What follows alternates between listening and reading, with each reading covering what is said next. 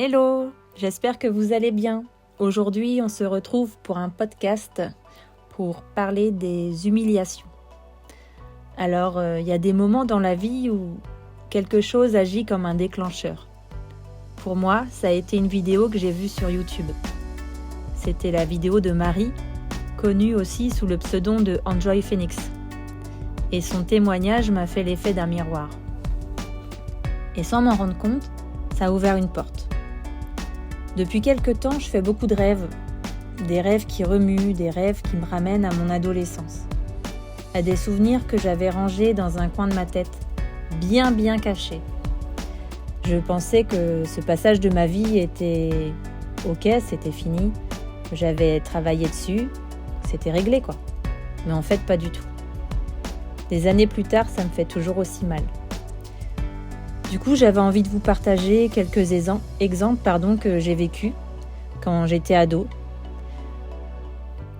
J'ai été beaucoup bousculée, humiliée, rabaissée. On voulait clairement me faire du mal. Et j'ai jamais compris pourquoi. Avec du recul, j'ai vraiment l'impression qu'on voulait m'éteindre. Quand je suis tombée amoureuse de celui qui est devenu mon mari aujourd'hui, plusieurs personnes ont cherché à briser notre bonheur, en disant que notre histoire ne marcherait pas, qu'on était trop jeunes. Avec de recul, ces personnes m'envoyaient d'énormes red flags, mais je les ai pas vus. Toutes ces années de collège, de lycée, c'était tellement toxique, violent et douloureux que mon cerveau a clairement voulu oublier toute cette période. Parce que chaque matin, il fallait se lever et aller dans une fosse aux lions. Affronter les regards, les remarques, les moqueries, les humiliations, encore et encore. Des rumeurs, faire face à des mensonges, des manipulations. Je repense souvent à un groupe de garçons qui me harcelaient. Et parmi eux, il y avait celui qui, quelques années plus tôt, a laissé une trace très profonde en moi. Celui qui a créé chez moi mon premier trauma. Je me souviens d'un jour en particulier. C'était un mercredi après-midi. J'étais avec mon chéri, on était tranquille, posés au soleil, pas loin du collège. On était bien, on était tous les deux. Et là, le groupe est arrivé. Ils se sont mis autour de nous pour nous intimider, pour nous provoquer, pour nous faire peur. Ils sont venus me dire que je ne devais pas rester avec mon chéri parce qu'il n'était pas fait pour moi. Mais pour qui ils se prenaient en fait ? Pour décider à ma place, pour juger ma vie, mes sentiments, mes choix. Il faut savoir que dans cette bande de garçons, il y avait celui qui, quelques années plus tôt, a gâché mon tout premier baiser. Le tout premier baiser de ma vie. Ce mec, à l'époque, je lui faisais confiance, mais j'étais naïve, avec mon petit cœur de chamallow. Tous ceux qui me suivent depuis un petit moment, on parle bien de ce garçon-là, vous savez, celui avec qui il avait fait un pari avec ses amis pour faire croire qu'il était amoureux de moi. Le but étant de réussir à m'embrasser et à la fin de me larguer devant tout le monde, parce que sinon c'est pas drôle, et de cracher par terre. Mais comme si c'était pas déjà assez humiliant, il m'a insulté et ensuite il a craché par terre. Bah ouais, sinon c'est pas drôle.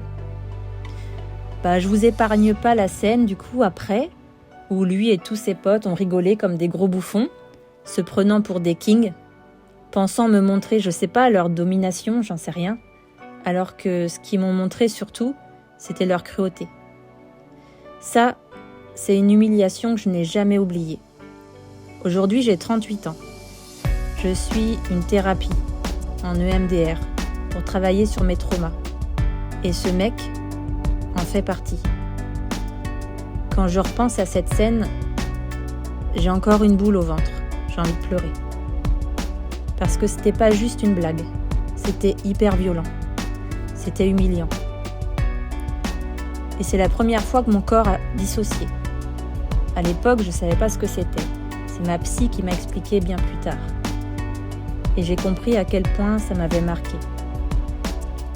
J'imagine ce garçon doit vivre aujourd'hui sa petite vie tranquille. Je sais pas s'il est conscient de l'impact destructeur qu'il a eu dans ma vie. Mais toute cette bande de garçons-là, ils avaient un vrai problème avec moi. avec mon bonheur, avec ma liberté. Ils voulaient contrôler ma vie, avec qui je pouvais être et ne pas être, comme si ça leur appartenait, tu vois. C'était une bande de mecs qui étaient convaincus d'avoir leur mot à dire, se donnant une importance qu'ils n'avaient pas. Mais non, en fait, ma vie ne leur appartenait pas, mon corps et mon cœur non plus. Ce jour-là, j'ai préféré me taire, partir sans faire de vagues. Je suis quelqu'un d'extrêmement sensible, mais en même temps, je peux être un volcan en éruption. Étant ado, moins maintenant, mais je me mettais une carapace énorme. De l'extérieur, personne ne pouvait imaginer à quel point j'étais fragile. Tout ça pour moi, c'était du théâtre. Tout était contrôlé. Les regards, les gestes, presque même la respiration. Je jouais un rôle pour me protéger. Je me souviens au collège, les mots pouvaient blesser comme des lames de rasoir. Certains se sont permis de critiquer mon physique. Et parmi ces gens, des personnes étaient mes amis. Ils ont critiqué le corps d'une adolescente, un corps qui est en pleine transformation. D'abord avec mes petits seins, tes œufs sur le plat, ça j'ai entendu au moins 1 million de fois. Et puis après, avec mes formes, bah ouais, t'as un gros cul, t'as des gros mollets. Comme si mon corps était un sujet public. Tous les jours ou presque, j'avais le droit à des remarques. Des mots qui deviennent une voix dans ma tête qui essaie de se transformer en vérité. À force, j'ai cru que mon corps n'était pas normal, que j'étais moche et qu'il fallait que je sois transparente. Peut-être que si j'étais invisible, on m'embêterait moins. Mon corps, mon intimité étaient jetés en pâture. Je subissais. C'était terrifiant. Ces gens n'avaient aucune idée de l'impact de chaque mot assassin. Parce qu'en plus de devoir gérer ça, il y a des douleurs dont personne ne savait rien. Dans l'art de cacher des choses, je suis une pro. J'avais une sœur malade. À la maison, parfois c'était compliqué. C'était les montagnes russes dans ma tête. Il y avait déjà assez de soucis. Je comprenais pas tout à l'époque, mais je savais que c'était important. Donc j'allais pas en rajouter. Il fallait que je sois forte, tout simplement. Mais quand j'étais avec mon chéri, je me sentais protégée. On était tellement bien ensemble, on se comprenait, mon bonheur devait déranger sûrement. Avec lui, je me sentais invincible, en sécurité, protégée. Heureusement qu'il était là. Avec du recul, je peux le dire aujourd'hui, il m'a sauvé la vie. J'ai subi aussi des humiliations déguisées par des amis proches. Pour la petite histoire, quand j'étais enfant, j'allais souvent chez le dentiste. Et ouais, j'ai eu beaucoup de caries. À l'époque, les dentistes nous mettaient, vous savez, des plombages. Et ça se voyait sur des belles petites dents blanches quand je souriais.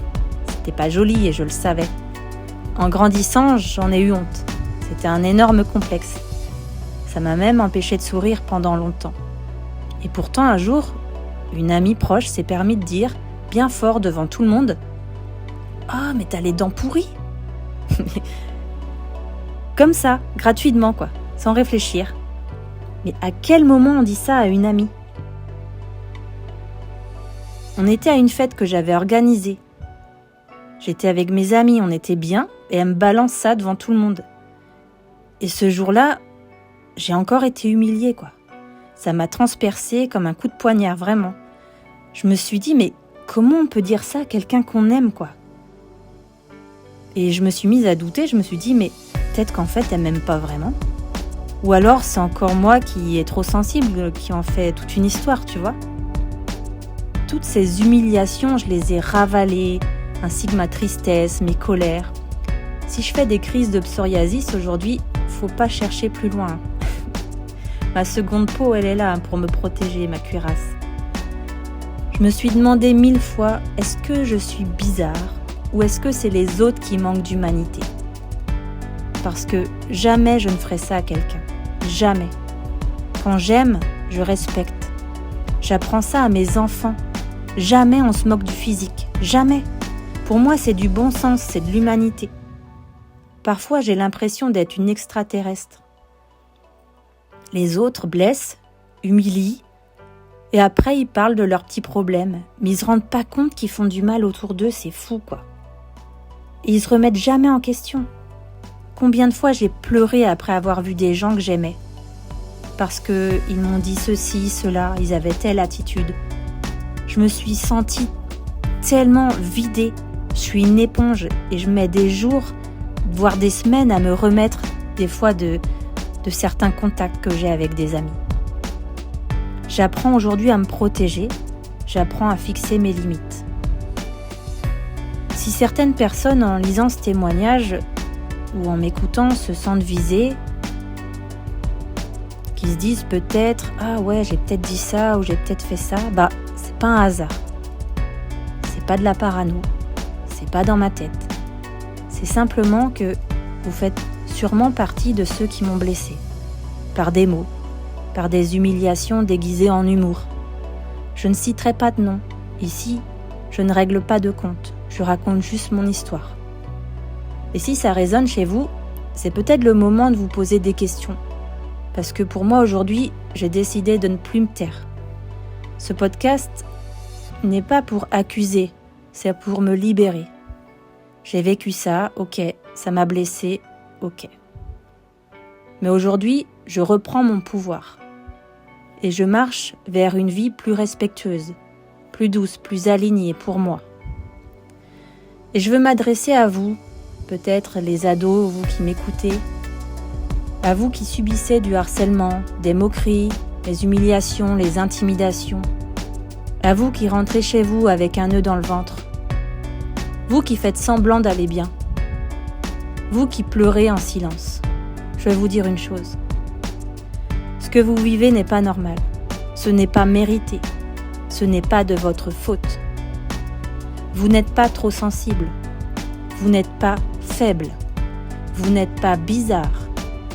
Vous êtes courageux, courageuse, parce que vous continuez à avancer malgré tout, même quand c'est dur, même quand ça fait mal. Je sais que parfois on a l'impression que ça n'en finira jamais, que ça va durer toute la vie, mais c'est pas vrai. Un jour ça passe, ça change, la vie s'ouvre. Vous allez rencontrer des gens qui vous respecteront, qui vous aimeront pour qui vous êtes, qui ne chercheront pas à vous rabaisser. Vous méritez l'amour, le respect, la douceur. N'ayez pas honte de demander de l'aide à un adulte, un prof, un parent, un professionnel. Parler, ce n'est pas être faible, c'est être fort. Et surtout, ne laissez jamais personne vous faire croire que vous ne valez rien, parce que vous valez tout. Et maintenant, un petit message pour ceux qui attaquent, ceux qui rabaissent, qui font du mal aux autres. Regardez-vous en face. Travaillez sur vous, s'il vous plaît. Parce qu'une personne en paix ne détruit pas les autres. Quand on est bien dans sa tête, on est heureux pour les autres. On ne cherche pas à les rabaisser. Et quand on est des vrais amis, on est heureux quand l'autre réussit. On ne jalouse pas, on ne pique pas, on ne ridiculise pas. On soutient, on encourage, on élève. Si vous vous reconnaissez, c'est peut-être le moment d'aller vous faire aider. À bon entendeur, bisous, tendresse et chocolat pour ceux qui ont la ref. Allez, bye.